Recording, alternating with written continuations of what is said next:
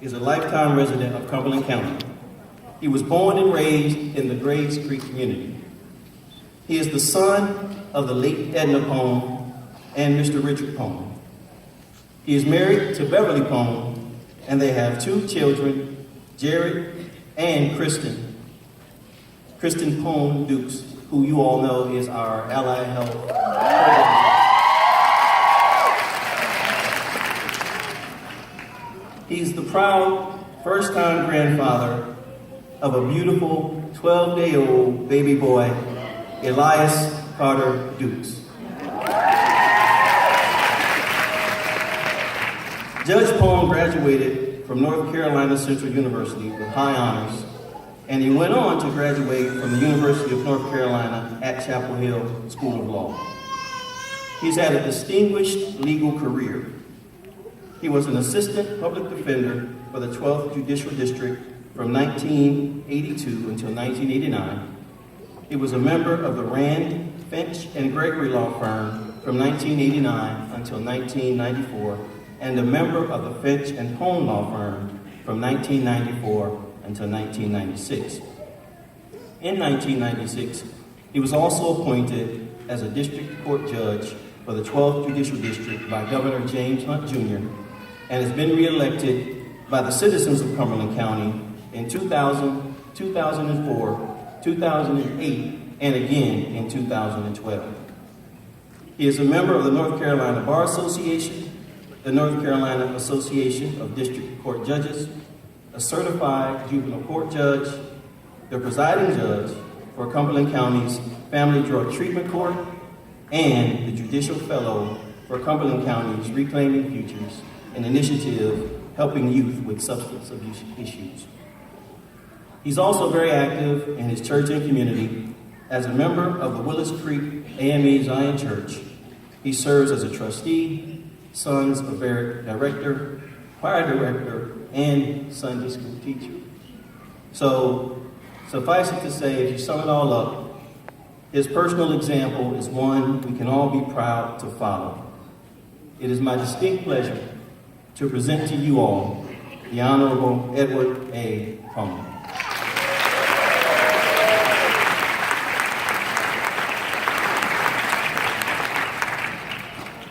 Hello, graduates. Ladies and gentlemen, I want you all to know these lights are brutal. I cannot see a thing. I assume you can see me, which is a good thing. And I will assume that you are there because I can still hear many of you.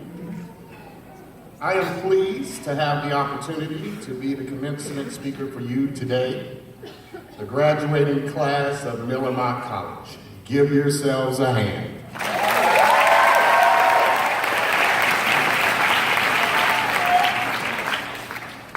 It is true, I am Mrs. Pone Duke's father. She would love to be here, but Elias is keeping her very, very busy. Build a better world, God said. And I asked God how. If you don't mind, put a sticky note on your mind, and if I have time, I'll come back to that at the end. There's an African proverb that says, every morning in Africa, a gazelle wakes up. It knows it must outrun the fastest lion, or it will be killed. And every morning in Africa, a lion wakes up, and it realizes it must outrun the slowest gazelle, or it will starve. It doesn't matter whether you're the lion or the gazelle, when the sun comes up, you better be running. There is a saying that knowledge is power. And if that is true, and I believe that it is, there is a lot of power in the building today. The power to make a difference and not just a noise. The power to become contributing members of the workforce and the community. The power to make our community a better place in which to live. The power to make a dream your reality. And whether this is your first graduation, your second, third, or fourth, you have gained knowledge. Many of you have decided to start a second career. And for many of you, this is your first.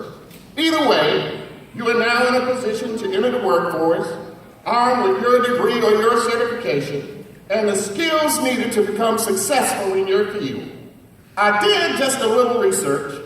I asked Kristen, what are these degrees or certifications in? She said, well, there are a bunch of them.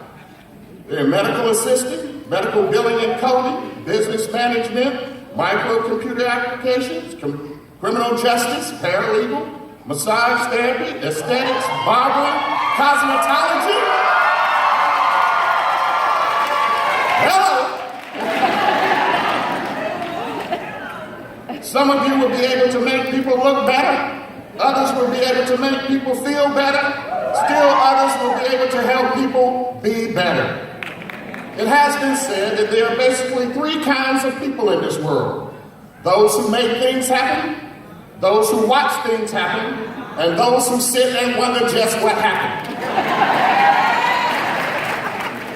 Regardless of what you do, you should make a difference.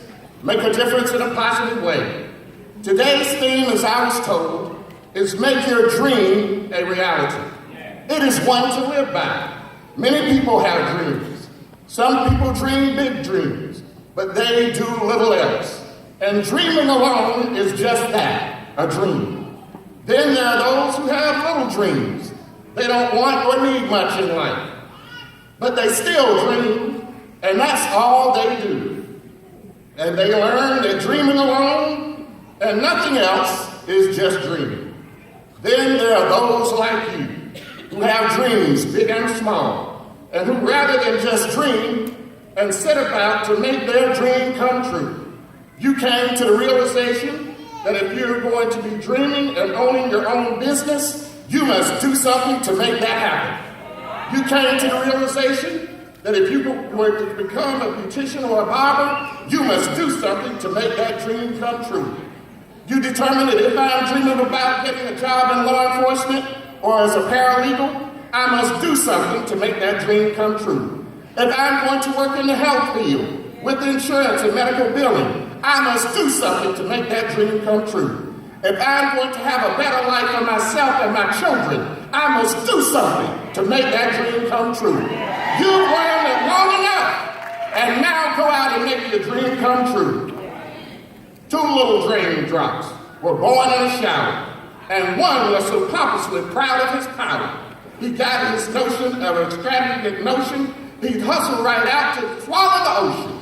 A blade of grass that grew by the brook called for a drink, but no notice he took. Of such a trifling thing he must hurry to be. He didn't want to be a real raindrop. He wanted to be the whole sea. A stranded ship needed water to float, but he could not bother to help the boat. He leaped in the sea with a puff and a glare, and nobody even knew he was there. But the other drop, as along it went, found the work to do for which it was sent. It refreshed the lily that drooped its head and bathed the grass that was almost dead. It got under ships and helped them along, and all the while sang a cheerful song. It worked every step of the way it went, bringing joy to others, to itself content. At last it came to its journey's end, and welcomed the sea as a long-lost friend. An ocean, it said, there could not be, except for the millions of raindrops just like me. It is my hope that you go out from this place and become just like that little raindrop. A drop in a big old ocean, but one that makes a difference and not a noise. And I hope and pray that the people who encounter you will be better for having met you. You are living in a truly exciting time. And oh, how excited you should be to live in a time just like this. To know that your generation will help chart the destination not only of this country, but our entire world. It is a time of excitement, a time of hope and promise, a time of great expectations, a time when technology will continue to shrink the size of the world and force us all, whether we want to or not, to become closer brothers and sisters. A time when diseases that are killing today will be cured tomorrow. A time when what it takes days to do today will be done in moments and seconds tomorrow. But make no mistake about it, folks. There will be challenges. The degree or certification is no guarantee for success. You must stay abreast of the latest information and technology in your field. You can't stop dreaming and you can't stop learning. You must do things to make this dream turn into a reality. And the reality is, you never really do stop learning. I read a recent story about a woodcutter. He went out and applied for a job. And the timber agent said, "I'll hire you." And he paid him so much per tree. The first time he went out, the timber agent gave him an axe. He came back, he worked all day. He came back with 20 trees. He got paid for the trees, took a pocket full of money, and he went home. He was happy. The next day he went out, he started cutting again. He cut 2 hours longer. But this time, he only came back with 15 trees. He still had a pocket full of money, and he was happy. The third day he went out, he worked an hour longer. This time, he only came back with 10 trees. He had less money, but he was still satisfied. The fourth day he went out, he chopped 5 hours longer, dawn to dusk. And when he came, he only came back with 5 trees. He was ticked. He looked at the timber agent and says, "I must be losing my strength." The agent said, "Did you sharpen the axe?" He said, "No, I never sharpened the axe. I was too busy cutting the trees." He said, "Man, you must realize, in order to stay and be a good tree cutter, you have to keep your axe sharp. That's what cuts the trees. When you leave this place, keep your axe sharp. Continue to learn, study in your field, know the changes that are there. Stay abreast of the technology so that you can keep your axe sharp. Because if your axe gets dull, you will not make your dream a reality." As I consider the things that I've learned and what on Monday will be my 59 years of life, I have learned a few things that I want to leave with you. First, follow the golden rule. Treat people the way that you want to be treated. Show respect, and generally, you will receive respect. It costs you absolutely nothing to smile, and I'm told it takes less muscles than it does to frown. It's so kind for you to say, "Hello, yes ma'am, yes sir, no ma'am, no sir." And it makes a big difference in how people both perceive you and receive you. Second, watch the company that you keep.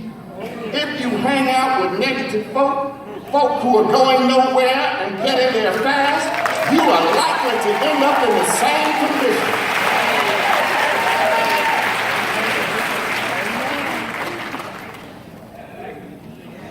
And in that same light, some people are always filled with gloom and doom. And if you hang around them long enough, you'll soon be just like them. The truth is, some people don't want your dream to become your reality.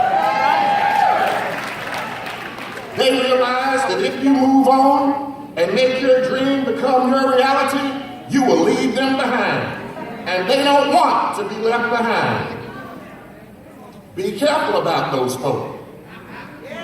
A man was passing by a group of elephants, and he suddenly stopped. He was confused by the fact that such large beasts were being held by a small, tiny rope around their ankles. He saw the trainer nearby, and he asked why these animals stood there and made simply no effort to get away. The trainer said, "Well, when they were very young and much smaller, we used to use this same size rope to hold them. And at that age, they couldn't move it. Well, as they grew up, no one ever told them that they could move. They always believed that that same little rope around their legs was enough to keep them there. And so now, as big elephants, they are simply conditioned to believe that this same little rope will keep them in place. Like the elephants, many of us go through life hanging on to the belief that we simply cannot do something because folk have told us for so long, this is all you can do. Don't buy into that message. Understand that you can make your dream your reality.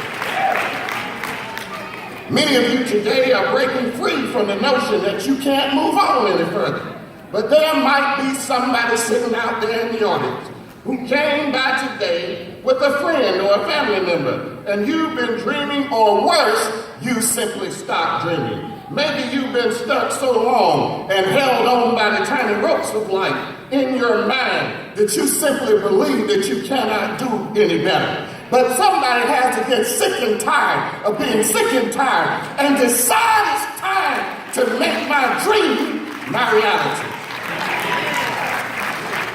Some of you are saying, I waited too long. I'm too old to do this now. There is no such animal. You've been knocked down so many times you simply don't feel like getting up anymore. I stopped by to let you know it's time to get up. Time to start making your dream your reality.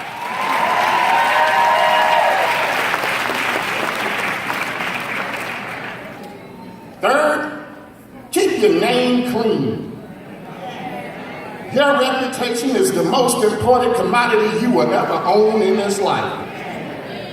It usually gets to a destination long before you do. Fourth, set high goals and work hard to achieve them. Goals are good to have. They keep you focused, and they bring concreteness to the journey that we call life. They help you learn that average and steady beats fast and carelessly brilliant every time. Have faith that a brighter day is coming, and trouble simply does not last always. And if you treat people right, if you do the right things on your job, do the right things in your life, do the right things in the community, and stay focused and keep your act sharp, you can make your dream a reality. I am reminded of the story of the carrots, the eggs, and the coffee beans. A young teenage girl was having those teenage problems that young people often have. She complained to her father that life was simply miserable, and that she was very tired of trying to make it through. She was tired of fighting and struggling for good grades, tired of fighting and struggling with relationships, simply tired of struggling and fighting. She told him as soon as she saw one problem, it seemed like another problem reared its head. Her father, who happened to be a practical cook, took her into the kitchen. There he filled 3 pots and brought water to boil. After it started boiling, he placed 3 items in each pot. In the first, he placed carrots. In the second, he placed eggs. And in the third, he placed coffee beans. He then let them sit and boil. After about 20 or 25 minutes, without saying a word to his daughter, she moaned, rolled her eyes, was wondering what this is all about.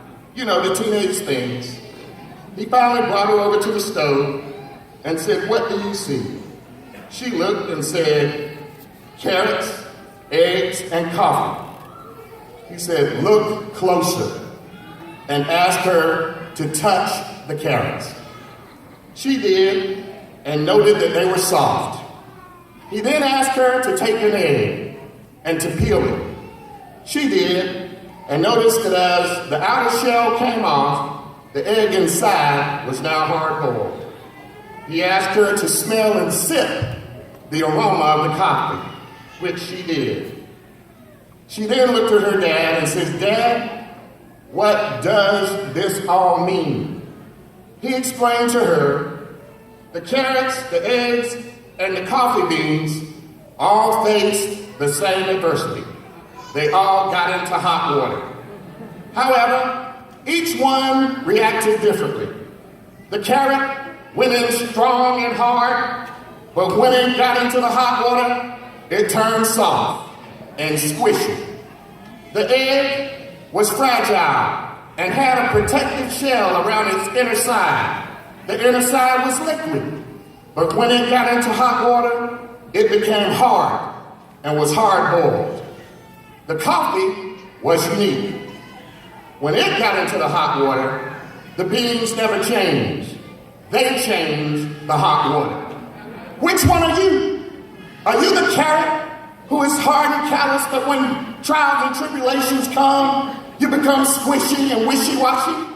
Are you the egg who is weak and mobile and all fluidy, but when the adversity of life comes, it makes you bitter, hard, and callous? Or are you the coffee? When the water gets hot, you don't let the water change you. You change the water.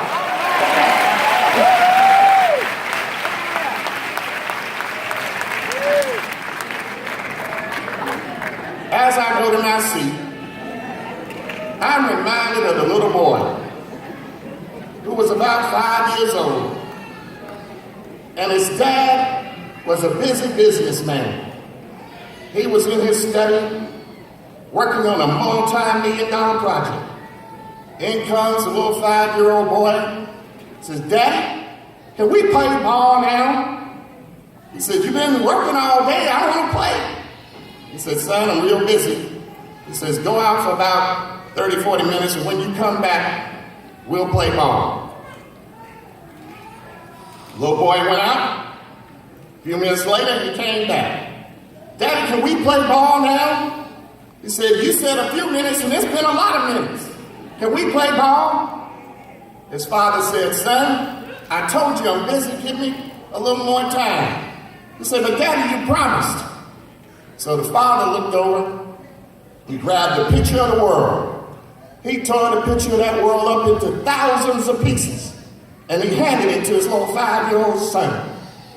He said, "Son, go out of this room. When you put the world together and you got it right, bring it back to me and we'll play ball."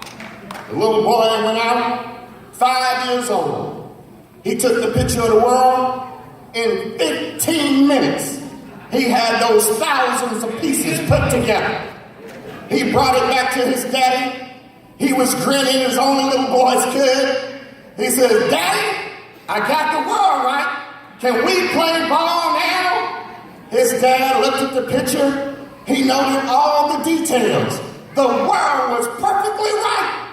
He said, "Son, how did you put the world together right?" Little boy looked at him, said, "Daddy, on the back of the world was the picture of a man, and I knew when I got the man right, the world would be right. Go out, make your dreams